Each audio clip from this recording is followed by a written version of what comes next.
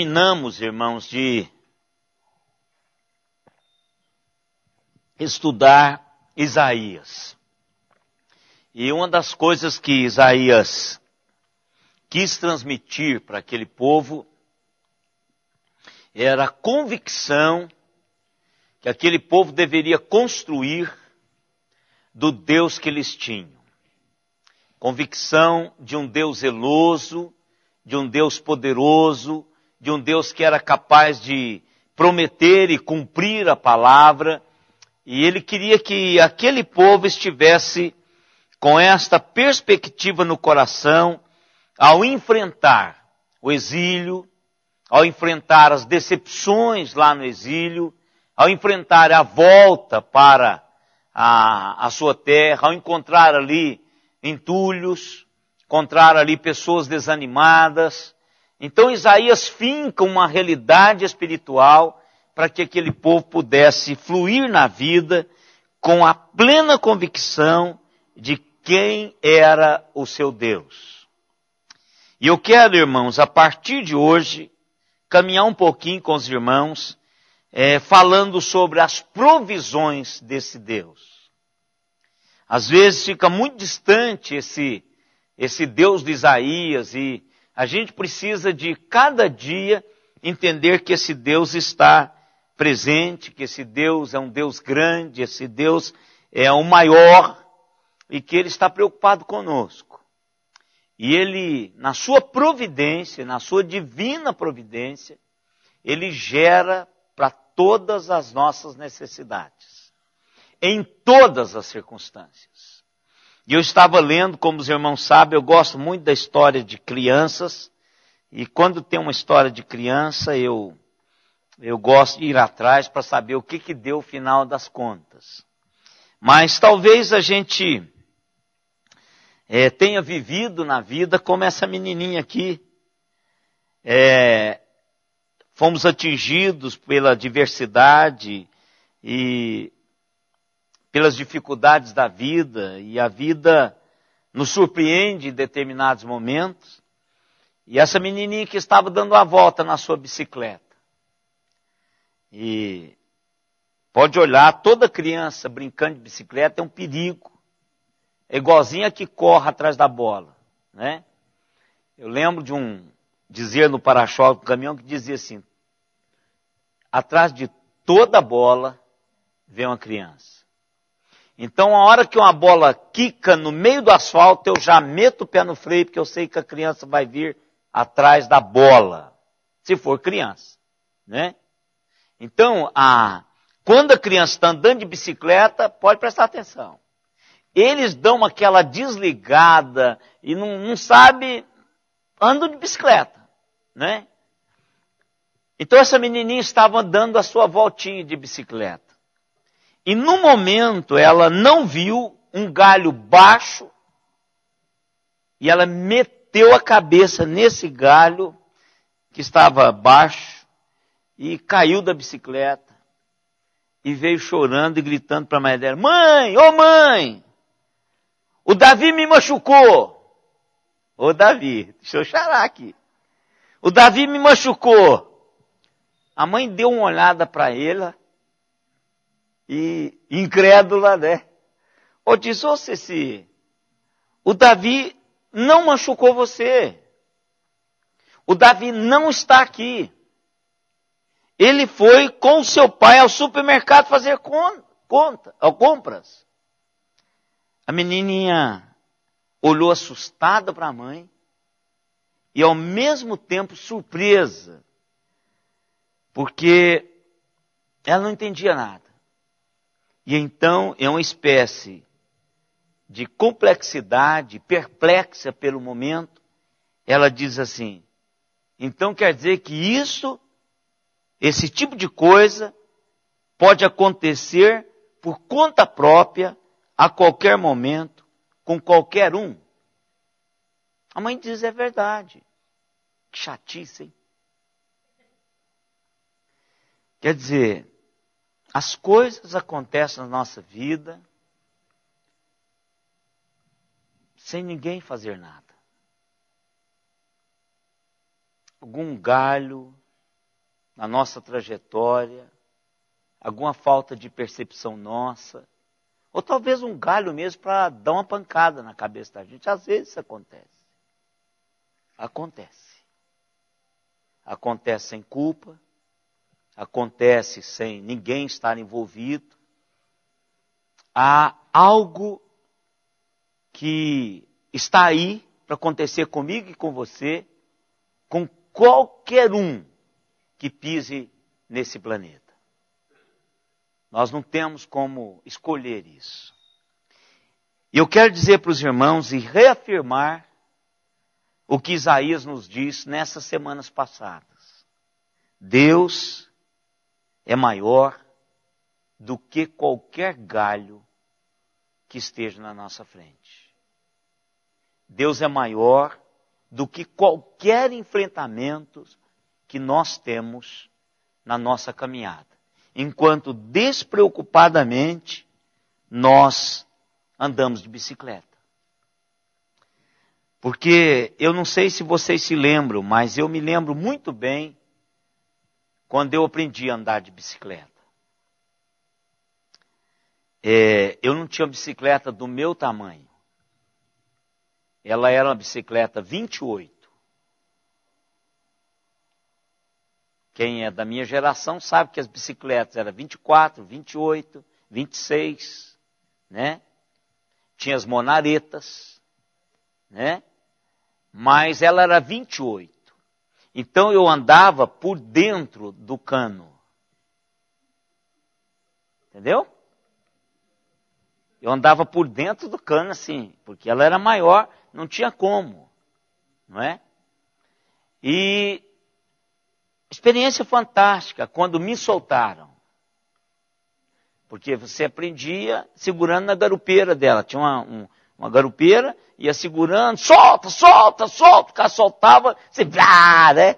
E até você aprender, até o cérebro codificar essa realidade. Então a vida, irmãos, ela é semelhante a esse negócio. Uma vez aprendido, a gente fica meio solto. E às vezes nós ficamos sem perceber o que está à nossa volta, e as coisas vão acontecendo e vão acontecendo exatamente para o nosso próprio bem. E é exatamente isso que o texto que nós estamos lendo, que nós lemos, nos ensina. A primeira coisa que esse texto nos ensina é que nós não sabemos orar. O texto vai dizer para nós algumas coisas que nós não sabemos. Nós não sabemos conversar com Deus direito. Por isso que nós precisamos daquele que vai intermediar as nossas orações diante do Pai, traduzi-las com gemidos inexprimíveis. Na linguagem do Senhor. Outra coisa que o texto diz que nós também não sabemos é a mente de Deus, a vontade de Deus. Nós não sabemos. Nós buscamos saber. Mas o Espírito Santo de Deus conhece a mente de Deus e vice-versa. Então, o que está entendendo aqui? Primeiro, eu não sei, eu não conheço, mas o Espírito Santo de Deus sabe e conhece. Ele sabe tudo sobre mim e você desde o início. O Salmo 139 diz que Deus já sabia de mim na corrida dos espermas para fecundar o óvulo da minha mãe. O Salmo diz que Deus sabia sobre mim quando eu era líquido seminal. Então pronto, acabou.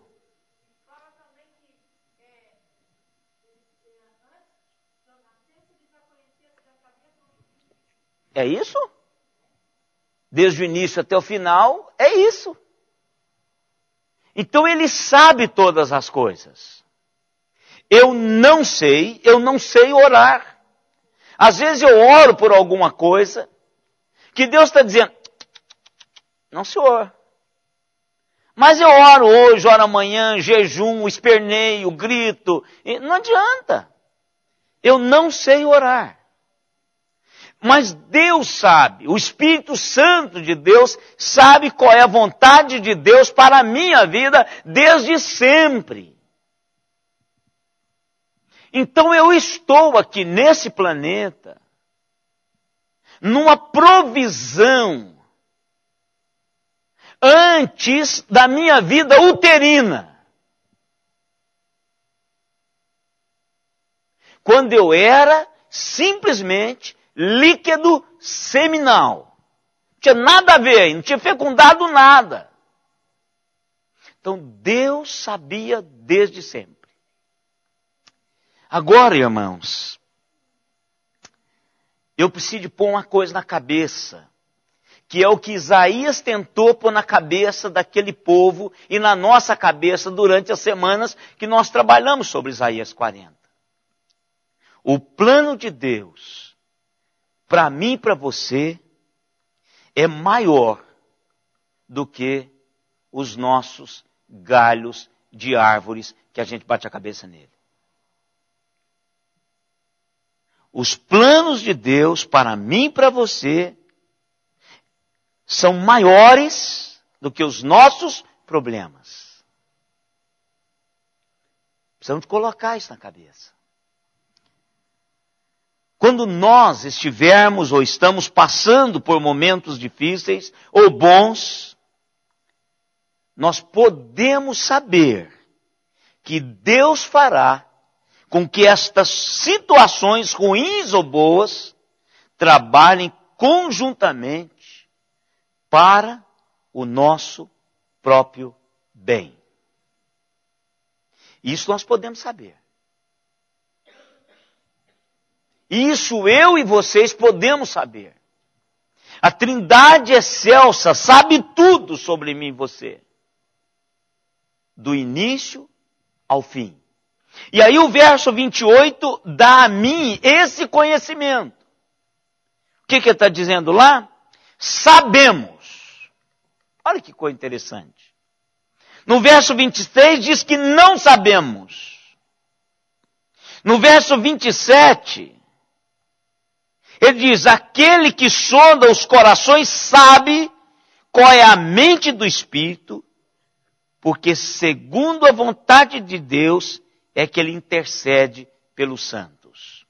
Então, nós não sabemos, mas tem alguém que sabe, mas ao mesmo tempo eu sei. Olha, que coisa fantástica.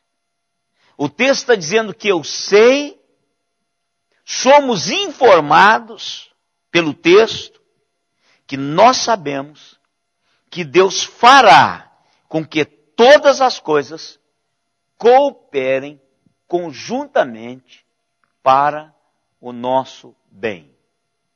Agora, irmãos, aqui não está falando de coisas ruins só. Ele está falando também de coisas boas. Ele está falando de realidades que muitas vezes a gente passa sem despercebido. Porque a gente só vê o galho, irmãos. Quando você está andando de bicicleta, você só vê o tombo quando você bate a cabeça no galho. Mas quando você está rodando ali, você está deliciando a vida. Isso é um prazer andar de bicicleta. A vida, às vezes, nos oferece prazeres, coisas gostosas, acontecimentos gostosos.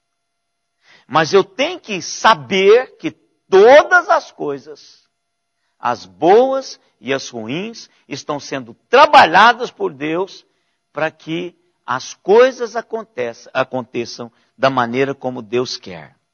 A palavra conhecer ou saber significa aprender por instrução. Isso aqui é interessante. Como é que nós sabemos os resultados matemáticos? A regrinha de 3 lá, Aquela é fantástica, aquilo ali. Calcular a área, aquilo é fantástico, eu uso todos os dias. Como é que eu sei que aquilo que eu calculei está certo? Eu fui instruído de que é daquele jeito que a coisa funciona. Então, como é que eu sei que Deus vai fazer todas as coisas cooperarem para o bem, para o meu bem? Porque eu sei, eu fui ensinado pela palavra de Deus que isto é a verdade. Não é mágica, irmãos. Isso é um consentimento que é o mesmo que Isaías estava passando para o povo de Israel e passou para mim e para você durante essas semanas. Eu sou instruído do que Deus está fazendo, então quando eu enfrentar a vida, quando os galhos surgirem na minha caminhada, eu meter a cabeça e cair, não foi o Davi que fez isso. Foi simplesmente o privilégio de se andar de bicicleta e correr o risco de se andar de bicicleta. Viver, irmãos, é um risco. É tanto risco viver que Deus, através desse texto sagrado, dessa revelação sagrada, que nós chamamos de Bíblia, diz assim: não se preocupe com o dia de amanhã, porque será o bastante somente as dificuldades do hoje. Deixa os problemas de amanhã para amanhã. Porque você só vai suportar os de hoje. Ou melhor, cada dia tem o seu próprio bem, mal. Ele está dizendo que é um risco cada dia. Andar de bicicleta é um risco. Andar de moto é um risco. Andar de carro é um risco. Andar a pé é um risco. Morar em Araraquara é um risco. Morar em São Paulo é um risco. Morar em Nova York é um risco. Morar em Paris é um risco. Morar em Guiné-Bissau é um risco. Ou seja, viver é um risco. Agora, irmãos, a Bíblia diz para mim que Deus vai cuidar de toda essa realidade da minha existência. A única maneira que eu sei que este fato é verdade é porque eu estou sendo instruído pela palavra de Deus e pelo Espírito Santo de Deus, que intercede diante de Deus para que a vontade de Deus se faça e se cumpra na somatória das minhas cabeçadas no galho e das minhas andadas de bicicleta, que o alvo de Deus para a minha vida seja construído cada dia de cada vez. Eu sei disto. Eu não sei orar e não adianta você falar que sabe, porque a Bíblia está dizendo que você não sabe. Então, ponto final. E que o único que sabe a vontade, o coração, nosso coração é aquele que sonda, a mim e a você. E entre a Trindade, eles têm um conhecimento absoluto um do outro. E por isso, só eles sabem. E eu sei. É a única coisa que eu sei. Pela instrução da palavra de Deus, é que todas as coisas, boas e ruins, Deus vai trabalhar nelas e com elas para que a sua vontade, para que o seu querer, para que o seu projeto, para que o seu plano para a minha vida seja concluído e vivido por mim e por você.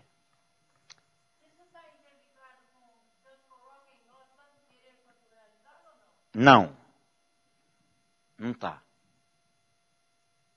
Ele não está com você, ele está trabalhando a circunstância. Querer ali, o contexto desse querer ele realizar é a sua salvação.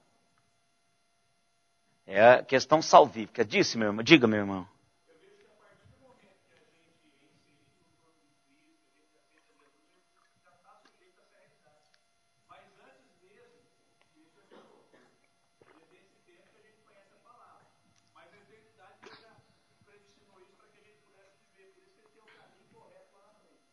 É. A eternidade chega quando você vive a sua realidade histórica. A eternidade não chega anulando o meu momento histórico. Não chega. Jesus diz assim, você tem a vida eterna, vá vivê-la. Ela não chega. A eternidade é uma resultante da minha caminhada com Deus. O tanto é que lá em Apocalipse diz o quê? Ser fiel até a morte, dar-te-ei coroa da vida. Claro que ele não está anulando.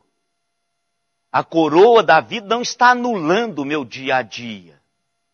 E nem meu dia a dia a certeza de se ter a coroa da vida. O que ele está dizendo é que lá tem a ver com aqui e agora. Eu sou salvo? Não. Eu sou salvo, mas tem uma realidade do dia a dia. Não há como descansar na eternidade e dizer, já estou inserido no corpo de Cristo. Não. Acontece a realidade da eternidade enquanto eu historifico a realidade minha aqui e agora. Senão Jesus teria dito assim para a mulher que foi fragada em adultério. Teria dito assim, olha, não precisa ligar não, você já está salva. Não. Ele diz assim, olha, vá, conserta a sua vida. O meu padrão é este. Ele não flexibiliza, diz, não, você já está salvo. Não, não senhor. Vá lá e vivencie a realidade que você tem encontrado comigo e recebido de mim o perdão. Vá lá. Então, não é isso. É cada dia, irmãos. A minha salvação, ela é desenvolvida por mim a cada dia. Não é isso que Paulo diz? Desenvolvei a vossa salvação. Como? Com temor e tremor. Isso. Comigo, todos os dias. Então o que esse Deus está fazendo? Ele está ajuntando e correndo atrás, irmãos, é isso. Às vezes a gente brinca assim, o irmão Clóvis, ele é muito engraçado. Quem conhece o professor Clóvis aqui, ele é, de vez em quando ele solta alguns assim, né? E ele falou daquela do anjo que eu contei aqui para os irmãos. O rapaz estava vindo assim e alguém o empurrou. E um tijolo, pá, caiu. Ele olhou para trás e falou, quem é você? Sou o seu anjo da guarda. Ali atravessando, em outro tempo, atravessando a rua, alguém o empurra. E o carro passa. Quem é você? Sou teu anjo da guarda. Ele olhou para ele e disse assim, o que você está fazendo no dia que eu casei? Né? Ou seja, eu entendo esse cooperar de Deus como estar atrás de mim, de você, trabalhando essa realidade no dia a dia. Para que eu chegue lá. E eu sei que Deus está fazendo. Isso é um construir meu e seu, irmão. Sabe por quê? Para a gente não arrancar o cabelo quando criarmos um galo numa batida. Quando as coisas começaram a não darem certos, eu tenho que entender que o plano de Deus é muito maior para a minha vida do que os meus problemas, do que as minhas vontades, do que os meus quereres. Eu tenho que entender isso. E eu sei disso, irmãos, porque a palavra de Deus me diz que é assim. Mas muitas vezes, irmãos, nós achamos que as coisas que acontecem conosco vai só dar mal. Nós estamos descartando a instrução da palavra de Deus. Quantas vezes nós já vimos e já experimentamos situações desesperadoras tornarem-se em algo fantástico, lá na frente. Quantas vezes já aconselhei jovens lá atrás, chorando, desesperados, porque tinham terminado o namoro. E alguns já falavam assim, eu nunca mais vou amar ninguém, pastor. Eu olhava assim com a cara de dizer que é verdade. Né? Estão casados hoje com outras pessoas, servindo o Senhor e maravilhosamente gostando dessa situação. Isso eu estou falando de uma coisa que é admirável. Quantas vezes situações difíceis vêm sobre as nossas cabeças? Nós achamos que aquilo ia destruir toda uma realidade, toda uma história, todo um sonho. E o sonho que veio depois foi muito maior do que aquele pigmeu que a gente tinha antes daquele tempo. Quantas vezes, livramentos. Como eu tenho visto, irmão, situações difíceis tornarem-se em bênçãos na vida de pessoas, agigantando essas pessoas, fazendo-as melhores do que elas eram depois. Quem é que faz isso? Deus faz isso. Então nós somos informados de que Deus faz todas as coisas cooperarem para o nosso bem. E o que é interessante, irmãos, no contexto de Romanos, todas as coisas incluem todas as provações, todas as tribulações, todas as realidades que lidamos na vida. Isso aqui é um homem que está vivendo a realidade de Deus e passando para pessoas que vão viver situações difíceis. Aqui o Império Romano estava dominando todo o povo de Judá, de Israel. Havia uma realidade histórica de Paulo e de todos que estavam envolvidos, da própria igreja que estava em Roma. E aí Paulo diz o seguinte, nós sabemos que todas as coisas cooperam para o bem daqueles que amam o Senhor. Deus lida com tudo que nós enfrentamos e como resultado da nossa caminhada com Ele, Ele vai trabalhando. Empurra dali, conserta aqui, vai chegando e nós vamos sendo esculpidos para aquilo que Ele quer que nós experimentemos. Nós temos na Bíblia, irmãos, alguns exemplos disto. E eu gosto muito do exemplo de José. Como o exemplo de José é fantástico.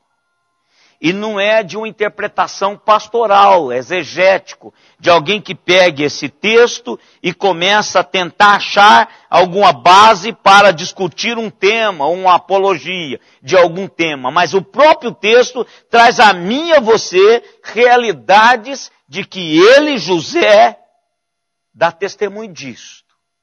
Por exemplo, os jovens lá vão pôr 17 anos. Jogado primeiro numa cisterna, sem água. Os irmãos, que eram mais achegados a José, até o entendia, diz, vamos jogar esse camarada aqui, porque eles estão querendo matá-lo, agora vão jogar, a gente tira depois. E aí quando eles foram para voltar, quando voltar já não estava lá mais. Perguntaram por ele, os outros irmãos o tinham vendido para o Egito. E aí toda aquela mentira, tudo aquilo para tramar. Imagina o coração desse menino. Chega lá o bonitão, atrai a bonitona do seu senhor.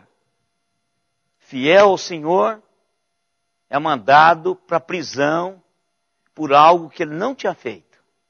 Ele diz, irmãos me perseguiram, algo não tinha feito. E aí ele sofre, trabalha, aquela coisa toda, e vai acontecendo, a vida dele vai acontecendo. Deus vai interferindo, Deus vai trabalhando para que todas as coisas, boas e ruins, cooperam para o bem de José e o bem maior do reino de Deus, do projeto de Deus. Aí quando chega lá no final, do encontro de novo, dos irmãos de José com ele, que ele se dá a conhecer, qual que é a palavra que ele dá para os irmãos dele? Essa é a palavra que eu e vocês precisamos entender que há, irmãos, algo lá na frente que não tem a vestimenta da eternidade, mas tem os resultados dessa eternidade na minha e na sua vida. Não é eternidade. Ainda tinha uma caminhada pela frente para José. Não é o final, mas é a transhistória que Deus escreve através da minha e da sua história que vai passar. O que ele diz lá?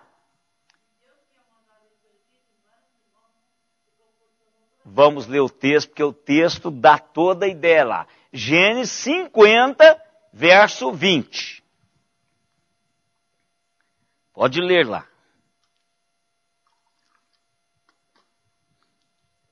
Qualquer pessoa que achar pode ler.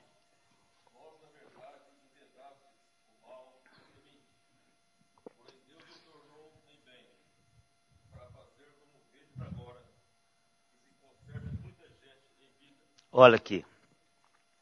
Vocês foram o meu galho de árvore. Bati a cabeça, fez um galo tremendo. Agora, Deus pegou esse negócio, tornou-se em bem, com um propósito. Irmãos, é algo que a gente precisa de construir no nosso coração. Os planos de Deus para mim e para você, individualmente e juntos, são maiores do que uma intriga de família. Maiores do que alguma coisa que acontece lá na intimidade da nossa casa. Maior do que alguma coisa que acontece na intimidade aqui dessa célula do corpo de Cristo. É muito maior. Se pensarmos em José, a dimensão de José foi muito maior. Irmãos, eu fico pensando assim, qual que é o maior fato da vida de José que vocês acham? Vamos ver se vocês estão sensíveis à história de José. Sem abrir lá em Gênesis. Qual o maior fato da história de José que vocês acham que foi o grande marco da sua biografia? Eu estou bom em biografia, eu estou procurando estudar as biografias para pregar. Esse é o maior marco, assim. Se quando você está lendo uma biografia, há um momento na vida dessa pessoa que é o que define tudo sobre ela.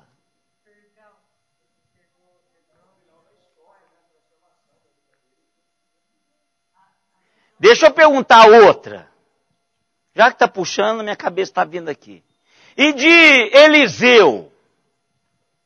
Qual que é a marca da biografia de Eliseu? Para mim e para você. O pós-história, não é o Eliseu. É quando eu leio sobre e alguém escreve. E aí aquilo me impacta. Porque toda biografia há um momento de ápice. Toda biografia, você pode olhar, toda biografia tem um momento em que marca para sempre quem foi. Eliseu. Me diz, Eliseu, que vocês vão ter mais ou menos uma noção, vocês vão ter uma dica de José.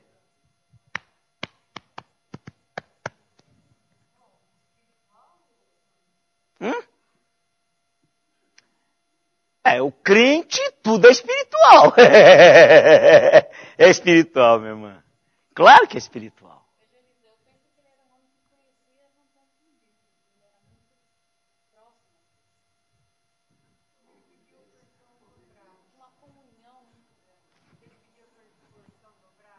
Está enchendo. Chegar lá. Isso é fichinha.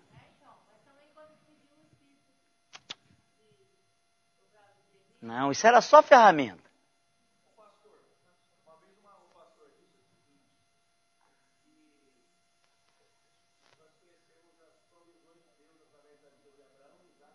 E Jacó. Sim. Isso, é da vida deles. Da vida dele? Deixa eu, porque não adianta, né? Porque eu tô com um negócio, eu tô com... Aí você não chega, né? Você não consegue ver aqui. Tudo que falar, a menos que você fale o que eu tô pensando. Irmãos. Então, essa dica é para a dica de José. Irmãos, imagine. Você está no cemitério, São Bento. São Bento. Lá tem um túmulo do reverendo Herculâneo Gouveia. Está lá. Uma grande figura da igreja presbiteriana. E aí, está aberto. São Bento não está tão caprichadinho como está. Então, é lá aquelas covas antigas. Aí alguma coisa aparece, um grupo de bandidos assalta o cemitério de São Bento. Vocês deixam o defunto cair dentro do local onde está enterrado o reverendo Herculano Gouveia. E aí ele levanta, o cara levanta e fala, ei pessoal, onde você está me levando? Aí corre bandido e corre todos os amigos também, né? Para mim o marco de Eliseu foi esse. Que mesmo ele foi tão próximo de Deus, você estava certa, ele foi tão cheio de Deus, vocês estavam certos, que depois que ele morreu, o tocar nele, na ossada dele, saiu poder de Deus. Para mim, isso é o ápice da biografia. Eu não quero nem... Isso foi só ele receber, ele buscar, ele fazer. Isso, irmãos, ele tinha que fazer. Agora, depois de morto, isso é extraordinário. Nada do que ele fez enquanto estava vivo é tão extraordinário quanto o que Deus fez com ele depois de morto. Porque tudo foi Deus que fez. Ele foi só instrumento. Isso é mais uma prova. Eliseu, pessoal que está lendo a história de Eliseu, tem nada a ver com Eliseu, viu pessoal? Isso aqui é o meu poder nele. Isso é uma lição preciosa para mim e para vocês, né? Mas para mim, porque talvez cada pastor ache que é, mas não é, meu irmão. Isso é só o Senhor que é. Aqui não tem nada, aqui é biodegradável. Caiu, morreu, apodreceu. Né? E de José? Quando ele disse assim, olha... Ele foi modesto. Sabe por que ele foi modesto? Porque ele só conhecia até aquele dia. Agora, eu e vocês somos privilegiados porque nós conhecemos 400 anos depois. Aliás, para ser mais exato, 430 anos depois. Olha a visão dele. Pessoal, cuida dos meus ossos quando vocês saírem daqui. Gente, José não imaginou uma escravidão. Não. Ele não pensou nos 400 anos de escravidão, irmãos. Vocês acham que pensou? Ele era o vice-faraó. Ele era o cara que mandava administrar. Quem manda no dinheiro manda, né, irmãos? Não é? É claro que manda. O irmão Mané disse que não é tanto assim. Mas é, né? Né? Então ele era o administrador, ele era o gestor de tudo. Então vocês vão sair daqui. Quando vocês saírem, não esqueçam os meus ossos. Me tire daqui. Irmãos, foi passando por primo, tá passando. E no dia que ele estava saindo, gente, e os ossos de José? Vão levar conosco. Ah, isso é que é propósito. Olha, tudo começou quando? Vendendo o menino de 17 anos para os egípcios. Que coisa ruim. Que coisa mal. Hoje seria um furo de reportagem. Seria um negócio tremendo. A Interpol iria entrar nesse negócio para achar o menino. Mas Deus fez com que ele disse, olha, Vocês tentaram mal, Deus fez bem para dar comida para a gente. Só que ele não sabia que ia trazer aquele povo, eles iam ainda amassar muito barro. Deus ainda tinha um Moisés para vir. Deus ainda tinha um rei para pisar na cabeça dele. Deus ainda tinha. A mãe de Moisés não tinha nem nascido. Nada tinha acontecido ainda. Irmãos, é isso que vai acontecer comigo e com vocês. Nós não sabemos orar. Nós não sabemos o que está no coração de Deus para mim e para você. Mas eu sei que os propósitos de Deus são maiores para a minha vida do que os meus enfrentamentos, do que os meus prazeres, do que as minhas dificuldades. Há algo que Deus está fazendo, irmãos, que eu ainda não sei aonde vai terminar. Eu não sei. Então por isso que a gente tem que parar de ficar com reclamações de picuinhas, de coisa que nos faz perder o caminhar com Deus, o vibrar com Deus. Quantas vezes, irmãos, nós deixamos disso? Quantas vezes? E às vezes eu olho para algumas pessoas e falo, puxa vida, quanto tempo você perdeu? Porque não foi assim na vida toda. Tive tudo para ser assim a vida toda.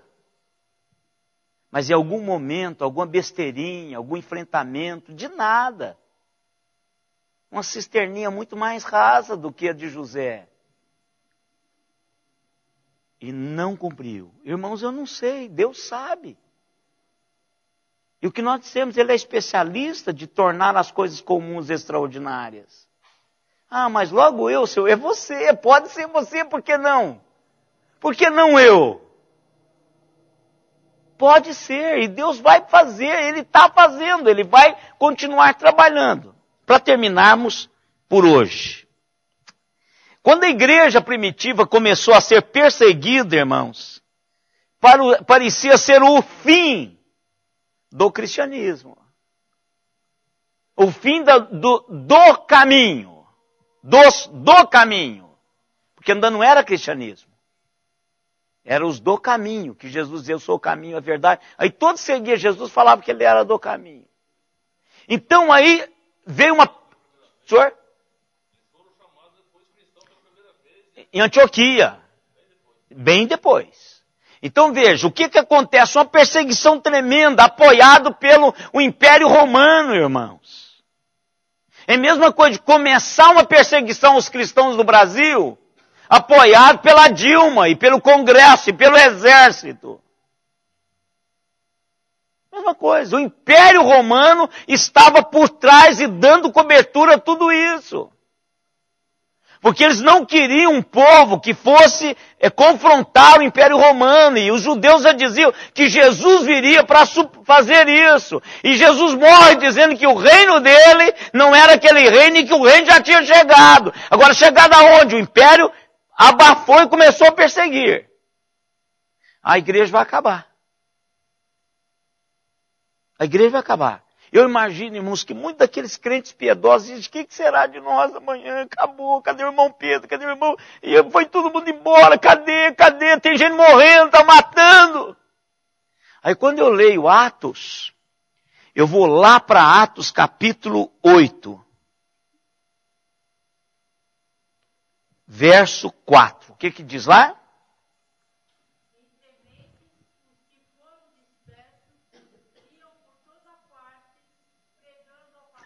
Ah, que coisa! Olha aí. Então queria acabar com a igreja, esparramou a igreja.